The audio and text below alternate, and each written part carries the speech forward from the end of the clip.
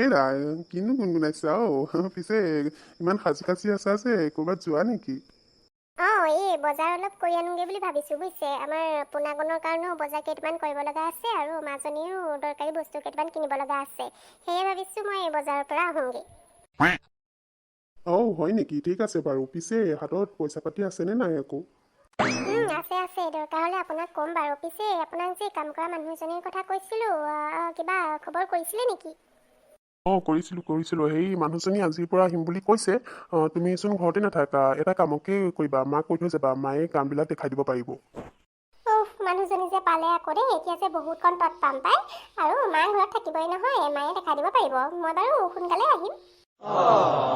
আৰু শুনাচোন, পাৰিলে আমাৰ মাজনীলৈও ড্ৰেছ দুটামান লৈ আহিবা।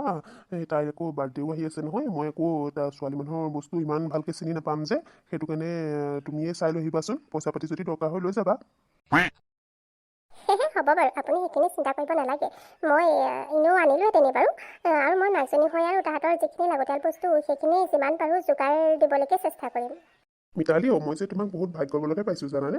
নহ'লেনো আজিৰ নিচিনা যুগত কোন মাহীমাকে লোকৰ ল'ৰা ছোৱালীক নিজৰ ভাবি ইমান মৰম দিব। তুমি যে সঁচাই বহুত ভাল আকৌ দেই। ধেত, আপুনি যে কি কথাবিলাক কয় আৰু। মাজনীকো মই নিজৰ বুলিয়ে ভাবোঁ। মোৰ পোনাকণ যেনেকুৱা মাজনী মোৰ কাৰণে সেনেকুৱাই। হ'ব মিতালী, তুমি যোৱা, তোমাৰ দেৰি হ'ব নহয় আকৌ। মাজনী বাৰু যোৱাই কাম কৰা মানুহজনীৰ কথা ক'লেনে নাই বাৰু?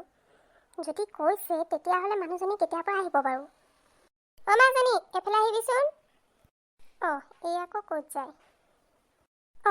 তই আকৌ কোনফালে ওলালি?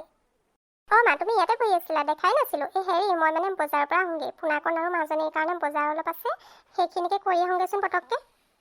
বজাৰ? কি বজাৰ কৰগৈ? বজাৰ মানে সেনেকৈ বিশেষ একো নহয়। আমাৰ এই পোনাকণৰ কাৰণে খেলনা বস্তু কিছুমান আৰু গুণগুণৰ কাৰণে কাপোৰ কানি দুটামান আনোগৈ। গুণগুণলৈ কাপোৰ? তাই কিমানবোৰ কাপোৰ কেলৈ? গড্ৰেজচোন দম হৈ আছে। সৌ সিদিনা আনিছিলেহে, আকৌ আজি আনোগৈ যে। মাজনী, এনেই অদৰকাৰীকৈ পইচাবোৰ খৰচ কৰি নাথাকিবি আকৌ। ক'ত মই অযথাকৈ খৰচ কৰিছোঁ নিজৰ ল'ৰা ছোৱালীকেইটাৰ কাৰণে খৰচ কৰিছোঁ। আৰু গুণগুণৰ কাপোৰবিলাক সৰু হৈ গৈছেগৈ, সেইটো কাৰণেহে আনিবলৈ যাওঁ। গুণ অকল তোৰ তাইৰ কথাহে। নিজৰ পোনাকণৰ কথা চিন্তা কৰিব নোৱাৰ। অকল গুণগুণকৈ যে থাক। গুণগুণ আৰু পোনাকণৰ মাজত মই একো ডিফাৰেঞ্চ নাৰাখোঁ মা। মোৰ কাৰণে পোনাকণ যেনেকুৱা, গুণগুণো সেনেকুৱাই। মই দুইটাকে নিজৰ ল'ৰা ছোৱালী বুলিয়েই ভাবোঁ।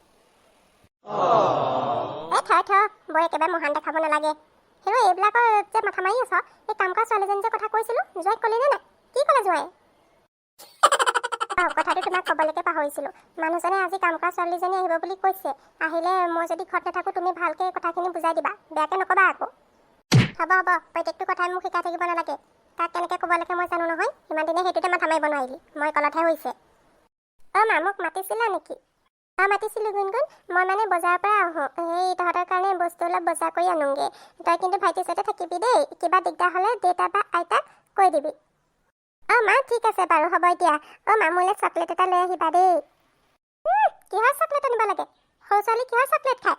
মাজনী, একো দৰকাৰ নাই। এইবোৰ সৰু ল'ৰা ছোৱালী খালে বেয়া দেই, একো দৰকাৰ নাই। এনেই এইবিলাক পইচা খৰচে। হ'বচোন দিয়া মা, তুমি বুলি বৰ সৰু কথাবিলাকত লাগি থাকা দেই। মাজনী, মই লৈ আহিম দে। একো কথা ক'ব নোৱাৰি চব কথাতে মানে উত্তৰ নিদিয়াকৈ নহয়। মই মানে ইমান ভেলু নাইকিয়া হ'লো নে সিহঁতৰ কাৰণে? মা, মই আহিছোঁ। আৰু গুণগুণ, তই ভাইটিৰ ওচৰলৈ যা। মানুহজনী আহিলে চাগে। এইটো বাৰু মিষ্টাৰ শইকীয়াৰ ঘৰ হয়নে? হয়, মই শইকীয়াৰ শাহুৱেক। পিছে কাম কৰা ছোৱালী এজনী অহা কথা আছিলে, তয়ে নেকি? হয়, খুৰীদেউ, ময়ে হয়। তাই এফালে কাম কৰা ছোৱালী আৰু মোক মাতিছে খুৰীদেউ। কোনফালৰ পৰা মই তাইক খুৰীদেউ হ'লো? তই প্ৰথমতে বহ, তাৰ পাছত ভালকৈ কথাখিনি পাতিম। মানুহজনীৰ কথাবোৰ কেনেকৈ কয় পাই, ব্যৱহাৰবোৰচোন বৰ এটা ঠিক নহয়। এইজনী আকৌ ওপৰত বহিলে যে, ওপৰত বহিলে তাক কোনে কৈছে?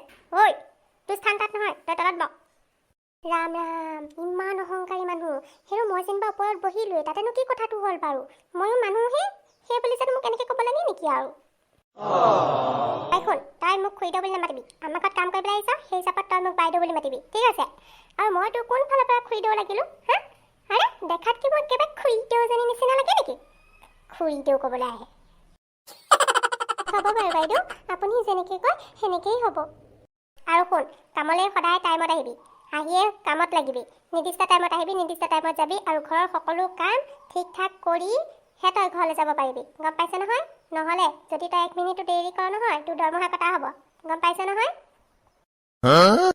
হ'ব বাইদেউ মই সময়মতে আহি মোৰ যিখিনি কৰিবলগীয়া সকলোখিনি কাম কৰি থৈ যাম আৰু মই যেনেকৈ কওঁ সেনেকৈ শুনিবি তেতিয়াহে ভালকৈ থাকিব পাৰিবি আৰু সেইফালে পাকঘৰটো আছে যা এতিয়া মোৰ কাৰণে একাপ স্পেচিয়েল চাহ বনাই আন তুমি আহিলা কেতিয়াবাই পালাহি নেকি 5 মিনিটমান হৈছে দাদা এই বাইদেৱে কামখিনিৰ কথাকে কৈ আছিলে হয় নেকি পিছে তুমি তলত বহি আছা যে ওপৰত বহা আকৌ তলত জানো মানুহ বহে এই জোঁৱাই আৰু যে দেই কাম কৰা মানুহ কেনেকৈ কথা ক'ব লাগে সেইটোৱে নাজানে ইহঁতক মই ইমান চল দিবলৈ কি দৰকাৰ বাৰু যোন য'ত বহে আৰু তাহাঁতৰ স্থান সেইবোৰ তলতেই কেলৈ আকৌ ওপৰত বহিবলৈ ক'ব লাগে জোঁৱাইটো যে আৰু নাই দাদা আমি কাম কৰা মানুহে সেই তলতে হ'ব দিয়ক আমি বেয়া নাই পোৱা আকৌ ওপৰত বহিলে কিছুমান মানুহে আকৌ বেয়াও পাব পাৰে নহয় আমাৰ ইয়াত তেনেকুৱা মানুহ নাই নহয় তুমি ইয়াত একদম ঘৰৰ নিচিনাকৈ থাকিব পাৰিবা ঘৰৰ নিচিনাকৈ কাম কৰিবা দেই তুমি তলত নবহিবা দেই একদম ঘৰৰ ভাবি থাকিবা আকৌ এনেকৈ নম্বৰ তলত বহিব লাগে নেকি বাৰু দাদা হ'ব দিয়ক ঠিক আছে তেন্তে হ'লে তোমাক মই এৰিছোঁ মা আপুনি তাইক কামবিলাক ভালদৰে বুজাই দিব দেই হ'ব জয় তুমি যোৱা তাইক মই শিকাই বুজাই ল'ম নহয় ধুনীয়াকৈ তোৰ নামটো কি বাইদেউ মোৰ নামটো ফুলেশ্বৰী দাস শুন ফুলেশ্বৰী মোৰ জোঁৱাই আকৌ দেখাত সহজ সৰল আকৌ দেই তই আকৌ সেইটো ভাবি ভুল নাযাবি আকৌ চান্স নল'বি সেইবিলাকৰ গম পাইছ নহয় একদম ঠিকে থাকিবি ভালকৈ কাম বনবোৰ কৰিবি একো নকৰি বুলি নাভাবিবি আকৌ খং উঠিলে তই দেখা নাই কেনেকুৱা হয় সেইটো কাৰণে মইতো কাকতীয়াকৈ কৈ দিছোঁ আকৌ ভালকৈ থাকিবি হ'লে ভালকৈ কাম কৰিবি সময়মতে আহিবি আৰু মই যিটোকে কওঁ সেইটোকে শুনিবি জোঁৱাই মোক বহুত ভাল পায় তই মোৰ কথা নুশুনিবলৈ হ'লে নহয় তেতিয়া কিন্তু গম পাই যাবি আকৌ সেইটো কাৰণে আগতীয়াকৈ কৈ দিছোঁ হ'ব বাইদেউ আপুনি মোক শিকাই দিব কেনেকৈ কি কৰিব লাগে আপোনাৰ মতে মই চব কৰিম মানুহক কেনেকৈ জেগাত আনিব লাগে সেইটো মোতকৈ ভালকৈ একো নাজানিব আহি গ'ল নহয় জেগাত